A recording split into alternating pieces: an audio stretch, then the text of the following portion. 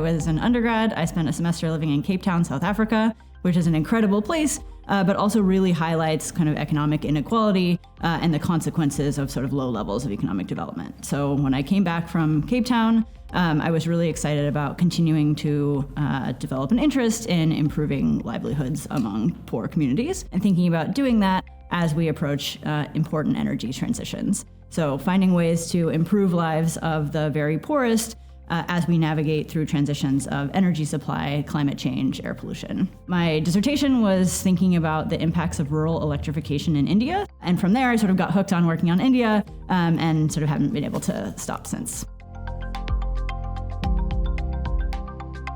I've studied a few different things. One area has been thinking about what has happened to the broad-scale Indian power supply as we've added more and more renewables onto the grid. So has that just increased the amount of electricity that people are able to consume? Is that crowding out coal? And then the other sets of things that I'm pretty excited about working on right now.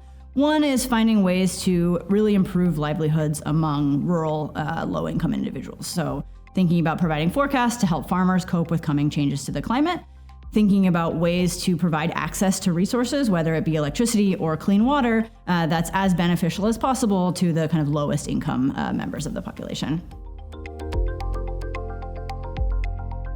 India is a super important place to study these topics because in part, there's more than 1 billion people living in India. And so that means that we really have a large premium placed on raising their living standards.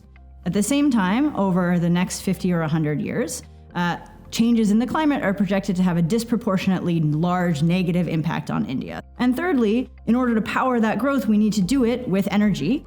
The Indian energy system is currently in a place where it's powered largely by coal, and so that is going to lead to additional climate change and cause local pollution. And so we want to find a way of balancing these goals, improving livelihoods, reducing damages from climate change, and allowing us to do that within the context of an energy system that is currently really fossil fuel heavy. So bringing that sort of towards more and more renewables.